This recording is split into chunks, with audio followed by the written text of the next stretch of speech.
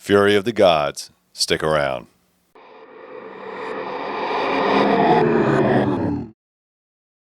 Hey guys, welcome back. Welcome back to Three River Books. So I finally finished John Gwynne's Fury of the Gods. Now, I am a huge fan of John Gwynne.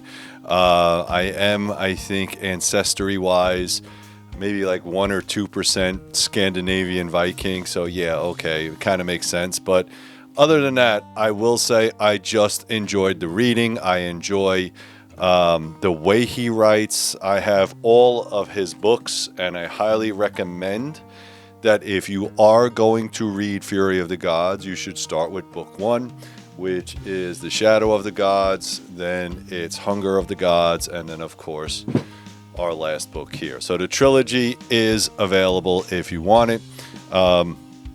Just some backstory for those folks that do not have these books. If you're interested in Vikings and magic, it kind of combines both of them together. Now, what you probably don't know about John Gwynne is in between books 2 and 3, he had his daughter pass away, so it was very, very heartfelt, and they gave him the time to maybe not even have to write the book, but he went ahead and did it anyway. So he's very, very dedicated. He is also a reenactor for Vikings. He does shield walls and everything. The guy's just amazing. And when it comes to Viking sagas, research, and writing his own books, he's kind of the guy you want to go to. The battle scenes were fantastic, but just before I get into any of this, what I need you guys to do is to like and subscribe. Make sure you hit that bell icon. It really does help me out a lot. We're trying to get to 1,000 subscribers. I have a Patreon, so if you want to become a Patreon member, you can watch videos like this before anybody else. And I also have a couple links down below if you want to check out my other channels. I will be placing books for sale on eBay, so if you want to check out my eBay store, go ahead.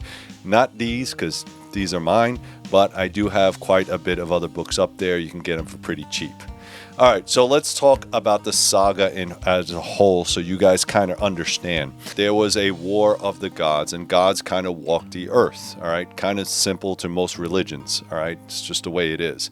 And in the sagas, it was actually said that the gods were also shapeshifters, so they can take human form, but there were some major gods out there, okay? One was a wolf, one was a dragon, one was a rat. You also have a bear god. You also have a snake god. You have a bunch of creatures in mythology that used to roam the earth. They also had offspring. Those offspring were either demigods or people that only could take human form and had some type of power within them, if you will. Some of them were able to cast spells or runes.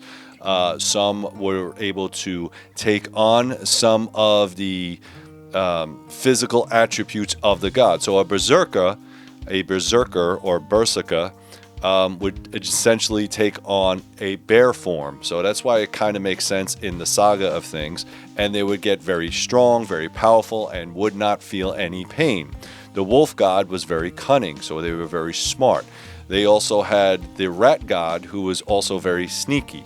All right, so there's certain kinds of attributes that when the gods finally either A, died, went to sleep, were put away for a long extended time, their lineage kind of continued on, and these human beings would be actually very good fighters, very good leaders, and they started their own war bands or their war tribes. And again, if you ever watched the movie Vikings, you know that people, especially the Norse mythology, that they have these little locations, and they were raiders, and they were very good at fighting, very fearless, and they were also farmers, and they had all these types of skills. Throughout the book, it is mostly POV or character based. All right, you're going to see there's a little bit of world building, but mostly it's POV. Varg starts as a slave or a thrall. He finds that his sister gets killed, and then he's trying to look for the person who did it. And then there's an arc that way. Orca was one of the Shield Maidens, was one of the prominent warriors. She decides to get a life of peace and doesn't want to be a warrior anymore because she has a son. But her son gets taken away from her, so she spends most of the book looking for her son. Another POV was the daughter of an earl, where she wasn't treated very well, but he was very powerful, and he's all about manipulation.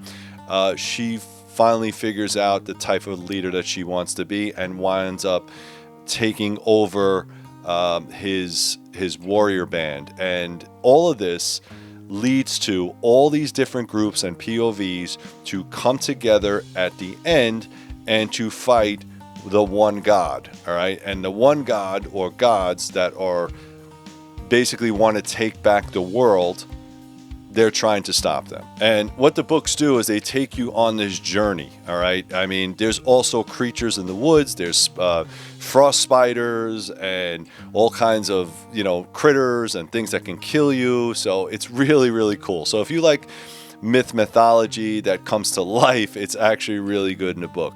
But all that being said, I want to just stick to this book right here. This is the latest book of John Gwynne, and in my personal opinion, a lot of people said it was rushed, or there could have been maybe a fourth book, but I'm glad it was a third book. I like trilogies. I don't like to go past 4 books unless it's like an epic fantasy.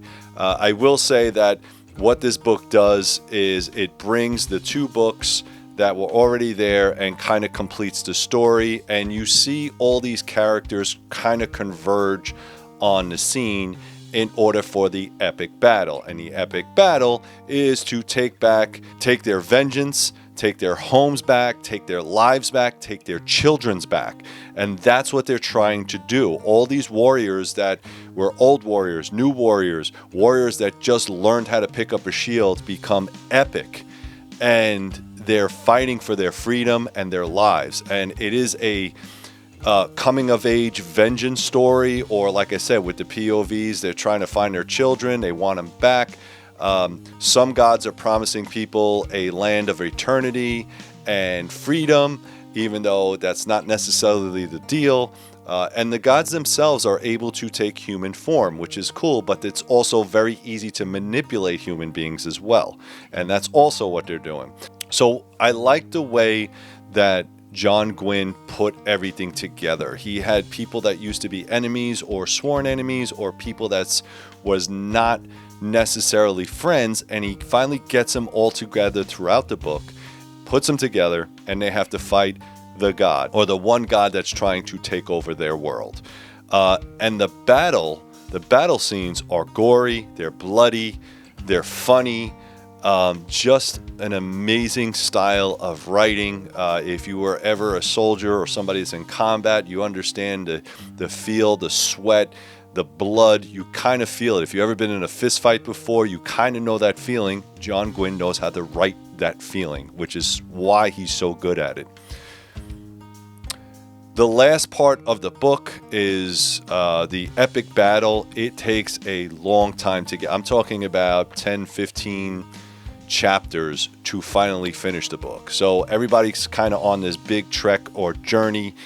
There's a couple skirmishes here and there between these people with a god and these people with a god, and they kind of collapse, and they're trying to use their cunning to get around each other, and they have battles in the open, they have battles in caves, they have battles everywhere. And then finally the last battle comes around, and it is the epic battle, which is about 15 chapters. Okay, I have never read a book with so much battle for chapters, but I loved it. All right, I'm a huge fan of that. If you're not familiar with John Gwynne's writing, a chapter is literally like 8 to 10 pages. It's not long at all.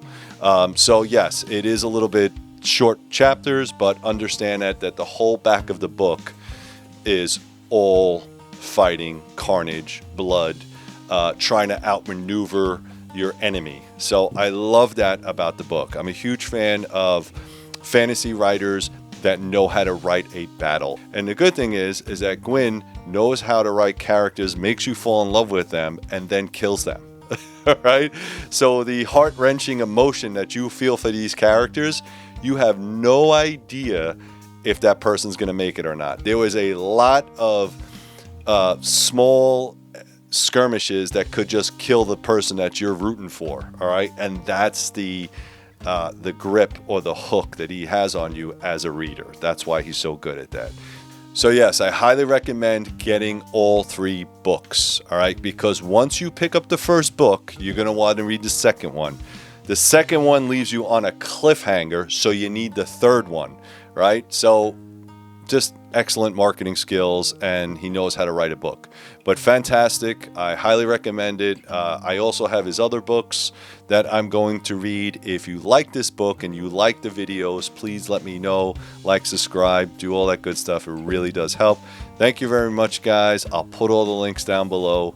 And as always, keep reading.